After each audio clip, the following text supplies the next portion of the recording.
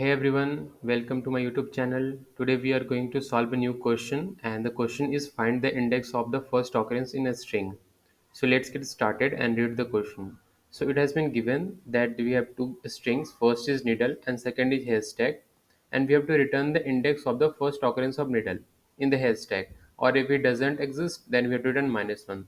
So in here you can see what we have to do is that we have to simply check if this needle string exists in this haystack, then we have to return the index for the first occurrence.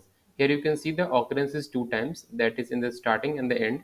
So we have to return the occurrence starting index of the occurrence for the first time. So it has occurred first here and the index is 0. So the answer is going to be 0. Now in second example you can see that the LeetCode is doesn't consist in this LeetCode. That means we have to return -1. So this is the question. So let's understand what we have to do. So I have taken one example. The first word is lead code and the second string is our COD.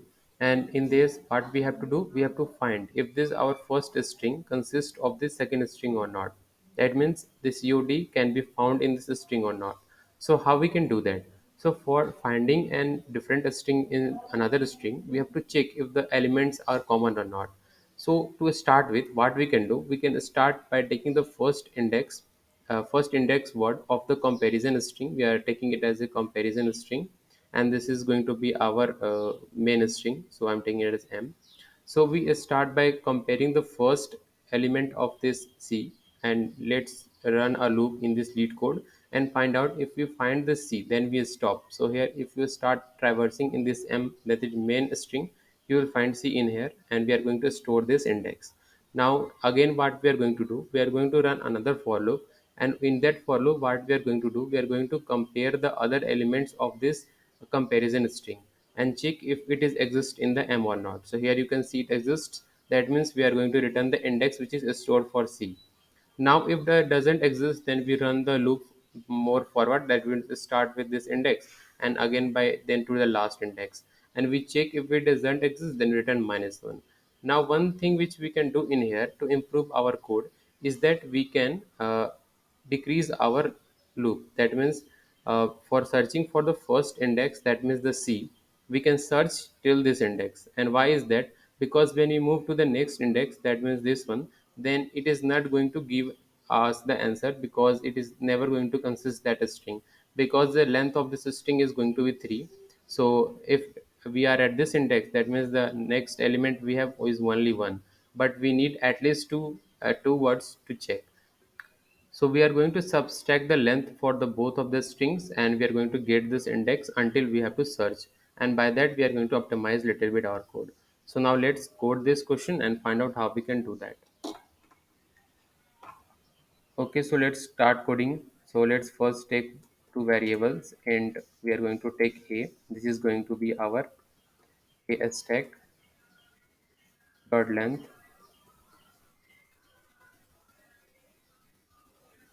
Next, what we are going to take, we are going to take another variable which is going to be b, which is going to be needle dot length.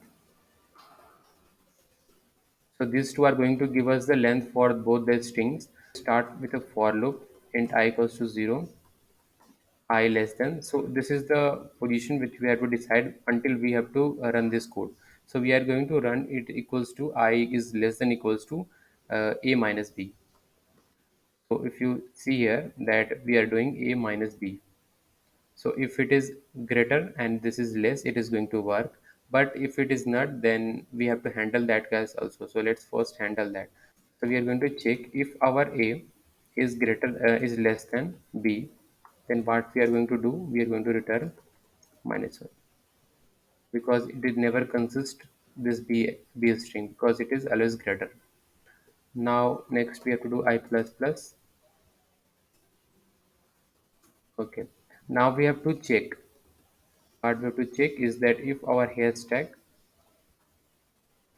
I, that means our iteration, we are iterating through the first our main loop, main string, and if we find that if its value is equals to needle, and which index value, let's take it as 0, you can take, or let's initialize one variable. So I'm going to take int is equals to 0, is going to denote the index for this second string. We're going to take it as j. You can also take 0 because it is always fixed.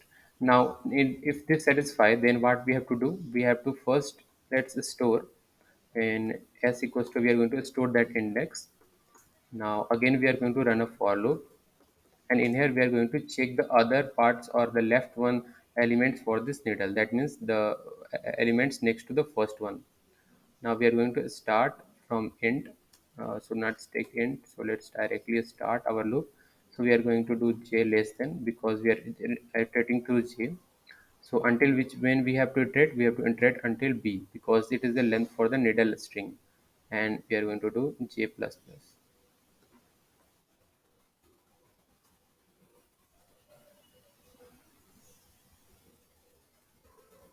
Now what we have to do is that we have to check if our hair stack, let's copy this,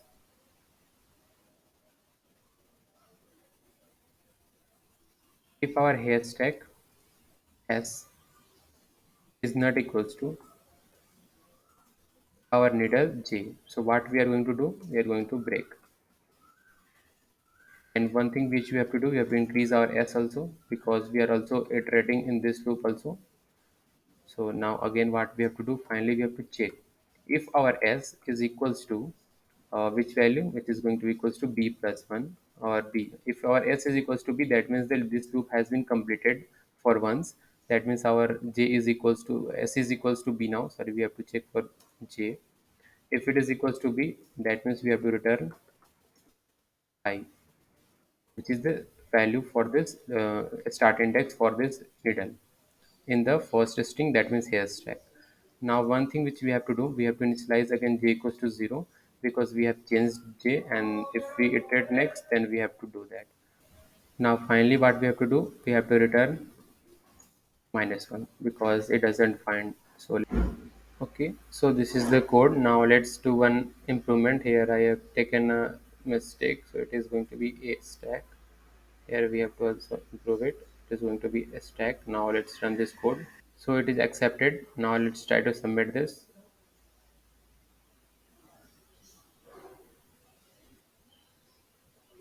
Okay, so it is successfully submitted. So this is the question for today. So this is an interesting question. So thank you all.